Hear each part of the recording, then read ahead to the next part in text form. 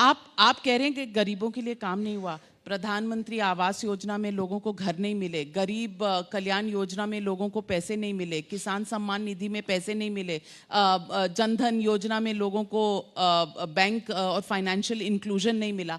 आप कहना क्या चाह रहे हैं? इंक्लूजन पूछ रहा हूं ना आपसे। मैं आपसे पूछ रही हूं कि हमारे देश में या किसी भी प्रदेश में पूरी तरक्की हो चुकी है? नहीं। ग्लास आधा फुल है, जरूर होगा, आधा खाली है, बिल्कुल है।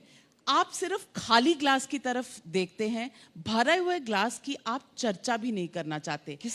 मैं पूछना चाहती हूं कि जब हम नव निर्माण की बात कर रहे हैं तो हमें एक सकारात्मक, एक पार्टनरशिप वाला काम नहीं करना चाहिए। सरकार में कोई भी हो, ये तो रहता है कि एक आएगी सरकार, दूसरी जाएगी, तीसरी आएगी, लेकिन उत्तर प्रदेश का जो नागरिक है वो तो रहेगा। आप मुझे मत बताइए, इस सरकार को बताइए कि एक सरकार आएगी, दूसरी आएगी उसके बाद।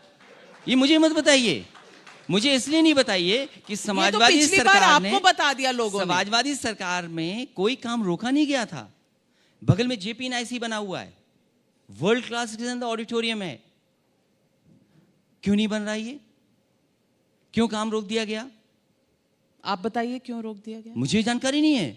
आप यहाँ रहते हैं, हर चीज की खबर रखते हैं जो बना है कि रात को ये टूट रिवर रहे हैं, फ्रंट घर बना के है, दिन को टूट रहे हैं, ये पता है, ये पता नहीं कि क्यों ये नहीं रिवर बन रहा फ्रंट है। बना है, इसको क्यों रोक दिया गया? और इसके जो आर्किटेक्ट थे वो वही हैं जो साबरमती का बनाया, जिन्होंने, इसके ठेकेदार वही हैं जिन्होंने साबरमती का बनाया, क्योंकि ये लखनऊ में उनसे सुंदर बन रहा था, इसलिए इसकी जांच हो रही है। लेकिन मुझे खुशी इस बात की, यहाँ के गवर्नर थे, उन्होंने कहा कि कुछ प्रोजेक्ट इस सरकार के ऐसे हैं जो टाइम और बिना पैसा कीमत बढ़े पूरे हो गए। मेट्रो का उन्होंने उदाहरण दिया। बगल में एक मॉल बना हुआ है, सरकार की कोशिश थी समाजवादी की प्राइवेट लोगों से अच्छा मॉल बना करके दिखाएं। समाजवादी सरकार ने बना करके दिखाया। सरकार में आती 6 महीने में आपने बेच दिया उसको। तो सरकारों का काम मॉल चलाना है, और सरकारों का काम मॉल चलाना आप है। कैसे तय करेंगे सरकार क्या बनाएगी? नहीं, क्यों नहीं तय करूंगी? मैं भी नागरिक हूं, मैं चाहती हूं कि अगर जन कल्याण का काम है तो सरकार करे, मॉल चलाना तो सरकार का काम नहीं है। सवाल सरकार का नहीं, सवाल ये कि इंफ्रास्ट्रक्चर बनेगा कि नहीं बनेगा। अगर आप गरीब को दुकान देना चाहते हैं, क्या एक अमीर गरीब को दुकान दे देगा? आपने 3 कानूनी बिल लाए किसान के, आप हर चीज अगर उद्योगपति को दे देंगे तो गरीब का क्या होगा? आज आंकड़े आए हैं कि कितने परसेंट लोगों पे पूरी संपत्ति है। आपने बात करी, किसान के कानूनों की आपने बात करी, और हाल ही में ये पूरी तरह से प्रूव हो चुका है कि ये एक पॉलिटिकल मंच है, और कांग्रेस के लोगों ने ये कह भी दिया है कि इसे हमने पॉलिटिक्स के लिए खड़ा किया था। तो ये पॉलिटिकल मंच है, इसमें किसानों के मुद्दों पर आप सवाल से भागिए मत। नहीं, मैं कहाँ भाग रही हूँ। सवाल ये है, एयरपोर्ट पे बेच दिए गए, मान लीजिए सरकारी संपत्ति बेची जा रही है, आरक्षण कौन देगा इनको, पिछड़े और दलित को? मुझे आप बताइए कौन देगा? आपकी जानकारी में होगा कि अगर आवास विकास है, अगर प्लॉटों का आवंटन है, उसमें भी आरक्षण है, क्योंकि जो गरीब है, जो पिछड़ा है, उसको कैसे बराबर खड़ा करें? आप कहते हैं कि प्राइवेट सरकार का काम नहीं है ये। और एक जमाना था, और इतिहास के पन्ने पलटिए आप, कि एक फैसले से कंपनी सरकार बन गई थी। बैटल ऑफ प्लासी के बाद जो वहां से फैसला हुआ लंदन से, तो आप कह रहे हैं वो दौर फिर आएगा? लंदन से जो फैसला हुआ, एक कानून ने कंपनी को सरकार बना दिया, और ये सरकार की चीजों को सब कंपनियों के हाथ में दे रहे हैं। ये दुख है। क्या कानून से आप खेती तो पूरे, आप कह रहे हैं कि आज प्राइवेट हाथों में दे दोगे? आज आप मजदूर बना दौर में आप सोच रहे हैं कि ईस्ट इंडिया कंपनी फिर से जन्म ले सकती है? ये तो वही बात हुई कि कुछ पार्टियों ने बोला कि बालाकोट जो किया उसमें सिर्फ पेड़ उछले, किसी ने कहा सर्जिकल स्ट्राइक हुए हैं, तो हमें प्रूफ दे दीजिए। क्या सवाल किया जा रहा है, कहां जा रहे हैं आप? नहीं, तो मैं पूछ रही हूँ आपसे कि आपको लगता है कि प्राइवेट कंपनी सरकार बन जाएगी? सवाल ये है कि आपने 3 किसान के कानून पर बात पूछी, मैंने उदाहरण दिया कि एक फैसले से कंपनी सरकार बन गई, और ये सरकार ऐसे फैसले ली कि सरकार कंपनी बनी जा रही है। आप किसान की मदद कैसे करेंगे?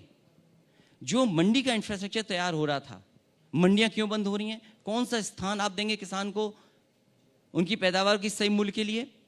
इसी एक्सप्रेसवे के किनारे बलिया और गाजीपुर तक मंडियां बननी थी, क्या एक भी मंडी के लिए जगह ली गई है? आप देखिए लखनऊ से लेकर के आगे तक सब मंडियों की जगह ली गई। 5 साल हो गए मंडी वैसी की वैसी पड़ी हुई है। 100-100 एकड़ में मंडी बन रही थी।